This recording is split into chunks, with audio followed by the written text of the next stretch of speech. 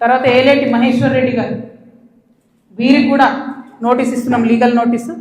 1 వీక్లో మీరు కూడా తప్పుడు సమాచారాన్ని ప్రజలకు ఇచ్చినందుకు నా భర్త గారికి, నా యొక్క పరపతిని దెబ్బతీసే ప్రయత్నం చేసినందుకు నాకు పబ్లిక్ అపాలజీ చెప్పాలని మహేశ్వర్ రెడ్డి గారిని డిమాండ్ చేస్తూ ఉన్నాను. అట్లానే మాధవర్ కృష్ణారావు గారిని మీరు కూడా 1 వీక్ లోపల అపాలజీ చెప్పాలి, లేకపోతే కోర్టుకి ఈడుస్తాం, కోర్టు నుండి క్షమాపణ చెప్పిస్తాం. ఇది నాకు సంబంధం లేని వ్యక్తులు. నేను జాగృతి జనంబాట కార్యక్రమంలో పోతా ఉంటే సడన్గా సోషల్ మీడియాలో ప్రచారం ప్రారంభమవుతుంది.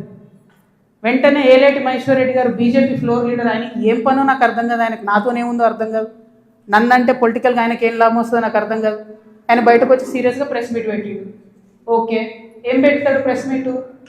ఒక ఫోటో ఉన్న కాపీ తీసుకొని నా భర్తది, దాంట్లో ఏవి రెడ్డి గారి పేరు ఉంది, అది చూపించుకుంటే ఇగో వీళ్ళకి వ్యాపారాలు ఉన్నాయని చెప్తుంటాడు. అసలు ఆయనకి ఏం సంబంధం? అది ఉన్న పొలిటికల్ ఇష్యూవా?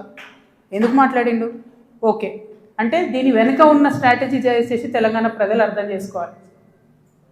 హరీష్ రావు గారు, బీఆర్ఎస్ పార్టీ ఏదైతే నా మీద దుష్ప్రచారం చేయాలనుకుంటున్నారో అది ఏలేటి మహేశ్వర్ రెడ్డి గారి నోటి నుండి వస్తుంది, బీఆర్ఎస్ పేడ్ సోషల్ మీడియా నోటి నుండి వస్తుంది, ఆ తర్వాత కృష్ణారావు గారు లాంటి ఎమ్మెల్యేల నోటి నుండి వస్తుంది. అంటే వీళ్ళందరూ ఒక స్ట్రాటజికల్గా ఏంటంటే ఆడపిల్ల బయట తిరుగుతుంది, ఈమెకు అన్ని విషయాలు అర్థమవుతున్నాయి, ప్రజలు వచ్చి చెప్పుకుంటున్నారు, బాధితులు వచ్చి చెప్పుకుంటున్నారు, ఈమె ఇంకా చెప్తే భయం అవుతుంది, మాకు ఇబ్బంది అవుతుంది అని చెప్తున్నారు. నేను మీలాగా పారిపోయే పిరికిపందని కాదు. మీరు ఏదైతే నా భర్త ఫోటో చూపించి మాట్లాడుతున్నారో ఆ ల్యాండ్కి సంబంధించి ప్రతి ఒక్క విషయాన్ని ఇవాళ నేను తీసుకొని వచ్చిన. ఇవాళ నేను ఎట్లా ట్రాన్స్పరెంట్గా క్లారిటీ ఇస్తున్నానో నేను చేసే ఆరోపణల మీద మీరు కూడా అట్లనే క్లారిటీ ఇవ్వాలని చెప్పి నేను డిమాండ్ చేస్తూ ఉన్నాను. ముందుగా మీరు ఏదైతే కాపీ చూపిస్తున్నారో మా హస్బెండ్ది ఏవి రెడ్డి గారిది ఉన్నటువంటిది, అది 2 సర్వే నంబర్లకు సంబంధించినటువంటి ల్యాండ్.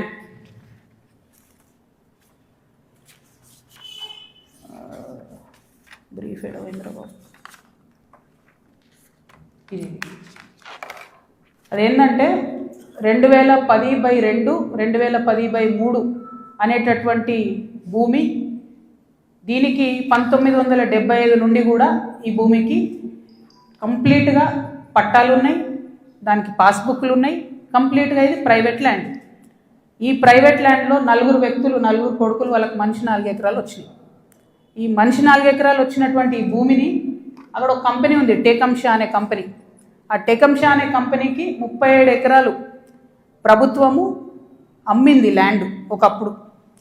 వాడేం చేసిండు, ఆ అమ్మిన ల్యాండ్తో పాటు ఈ ప్రైవేట్ వాళ్ళ భూమి కూడా లోపలేసుకొని కాంపౌండ్ వాళ్ళు పెట్టుకున్నాడు. ఈ ప్రైవేట్ వాళ్ళంతా కాంపౌండ్ వాళ్ళకి పోయింది కాబట్టి వాళ్ళంతా ఈ రియల్ ఎస్టేట్ వ్యాపారంలో ఉన్నటువంటి మా హస్బెండ్ ఇంకా కొంతమంది దగ్గరకు వచ్చారు.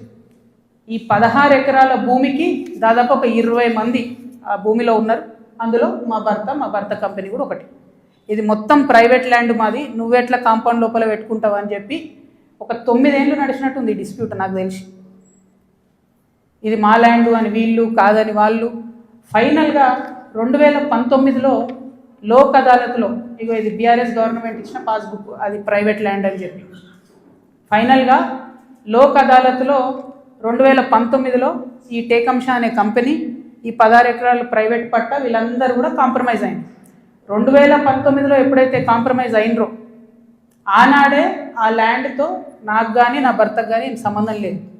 ఆ పట్టేదారుల తరఫున ఉండి కొట్లాడినటువంటి మా భర్త గారు, వాళ్ళ ఫ్రెండ్స్, వాళ్ళ కంపెనీ అందరు కూడా ల్యాండ్ అమ్మేసి బయటకు వచ్చేసి